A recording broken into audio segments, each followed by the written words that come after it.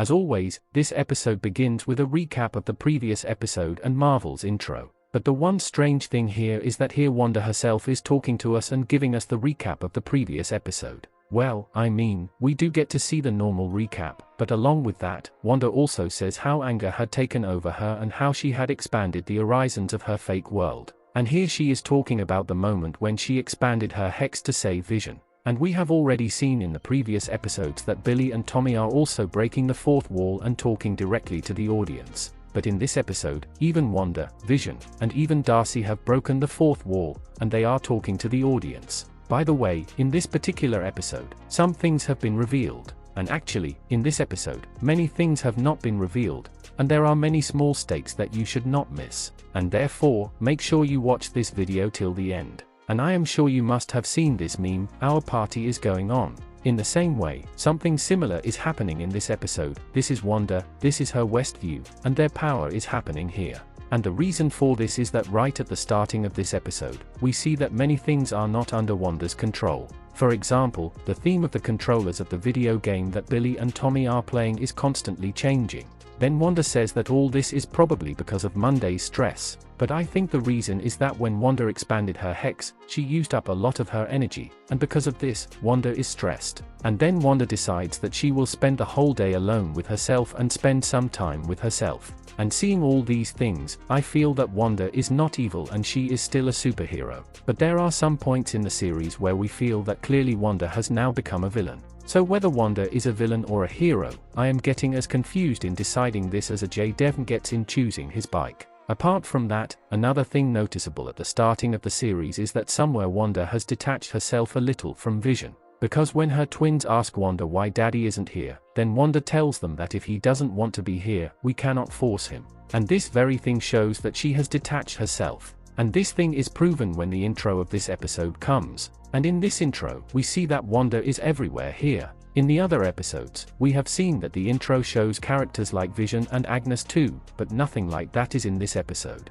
And here we only see. She also says that sometimes I feel that all things have meanings, and many things have no meaning. And here too, Wanda's struggle with her powers is shown to us. But then suddenly Agnes arrives there and, without asking Wanda, offers her if she can take the twins away from there so that Wanda can get some alone time. And Wanda also says yes to her. But here, Agnes's behavior was very strange, that she suddenly offers Wanda like this. And when the twins leave from there, Wanda's struggle with her powers can be shown to us more clearly. And Wanda loses control over many things. And as I told you during the intro, in this series, we only see Wanda, it's all Wanda. Then we are shown Vision in this episode, who had broken down in the previous episode due to going outside the reality. But when the hex expanded, Vision also got fixed. But along with the hex expanding, many tents and many agents had also come inside the hex, which have now been converted into circus tents and their clowns. And Darcy, who was there, was tied to a car, so because of this, she has also been converted into an escape artist. Then Vision meets Darcy there, and he asks her if she knows him because when Vision had come out of the hex, Darcy had tried to help him. And Vision still remembers this. And Vision can still think in his own way, and despite leaving the hex, he remembers many things. So the reason for this is probably the same as I told you, the Mind Stone on Vision is not an illusion but is real. And the proof of this is that when Vision had left the hex in the previous episode, his Mind Stone was not suddenly destroyed, and it was still on his head. And then Vision uses his phasing powers on Darcy, because of which Darcy slowly remembers all things. And then Darcy and Vision kidnap a man from there and run away. And on the way, we see that Vision learns many things from Darcy which are connected to his past, like how he was made. So Darcy tells him that he was made by Tony Stark and Bruce Banner together with Ultron. And then Vision also learns how his death happened, in which Darcy tells him that Wanda herself had killed Vision, but at his own request, and because of Thanos. But here again, the mysterious thing is that Vision doesn't remember any of this, and he is very amazed to know all these things. Then we are shown in this episode that there are still some of Monica's colleagues inside SWORD who are secretly helping her. And with their help, Monica has ordered a vehicle there which is heavily shielded. And sitting inside it, she tries to enter Westview. Now here, Vision and Darcy are also trying to go to the center of Westview, but they also have a problem that as soon as they move a little forward, some problem or the other comes in their way. First, there is a signal that is off, then some people come to repair that signal, then small children cross the road. Such problems keep arising. And here Vision again talks to the audience, and he tells the audience that he is also confused about many things, and he doesn't even know why all these problems are coming in his way. And Vision also says here that all these problems are probably coming because Wanda doesn't want him to come home. Now whether this thing is significant or not, we will only find out as the series progresses. Then, like every episode, in this episode too, an ad comes, which is Ford Nexus. And just like the previous ads, this one also has a deep meaning. In the last episode, the ad was Ford Yo Magic, which showed that escape is not possible. And in the episode before that, the ad was for the soap which used Hydra, and in the one before that, the Strucker watch which used kinesiotherapy and created this reality. And in this ad too, it is further said Nexar.com. But as shown in this ad, this medicine should not be taken without a prescription because after taking this medicine, you will not accept your feelings, and along with that, you can become more depressed. And if we talk about the series, something similar is happening with Wanda.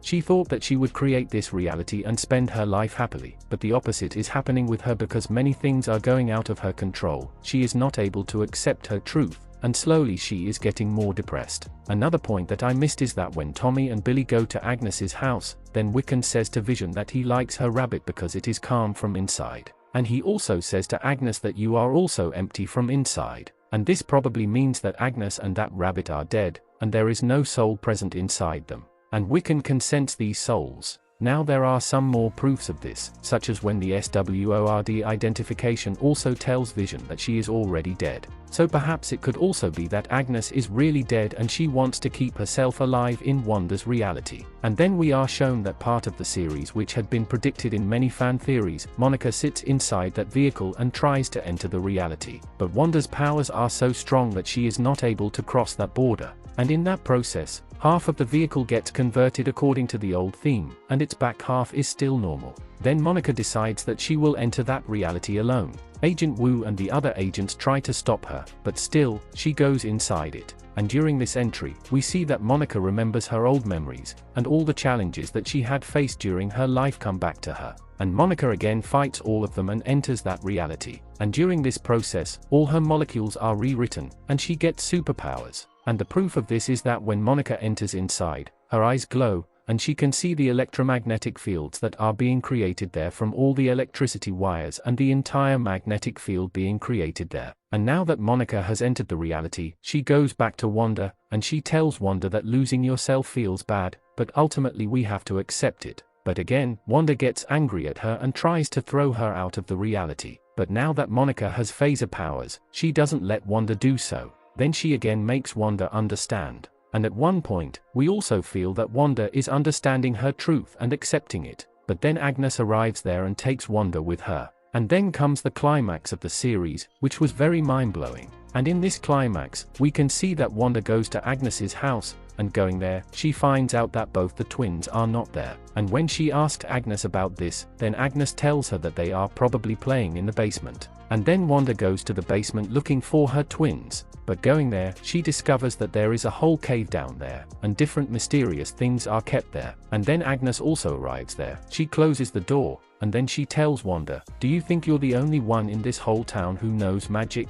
And then we find out that Agnes is the witch, who she is in the comics too, and her name is Agatha Harkness. And there she tells Wanda that she is the one who has been controlling all these things. And there we are shown different scenes where we can see that Agatha was the person who was talking to these characters when we thought they were talking to the audience. And apart from that, we also see that Sparky's death also happened because of Agatha. And somewhere, Agatha's hand is also behind the disappearance of those twins. And here, right from the starting of the series, many things are noticeable. For example, whenever Agatha feels that something is disturbing her plan, like Monica Rambeau or Vision, she arrives there to stop it. And Agatha is the person who is controlling all things. Now, a book is also kept there, which is surrounded by magic, so perhaps it could have a very big role in the upcoming episode. Apart from that, another thing worth noticing is that Agatha uses her magic on Wanda's mind, which is shown to us for just 1 or 2 seconds in a clip, so perhaps many people might not have noticed it. After that, we are also shown a scene in the credits where Monica goes near Agnes's house,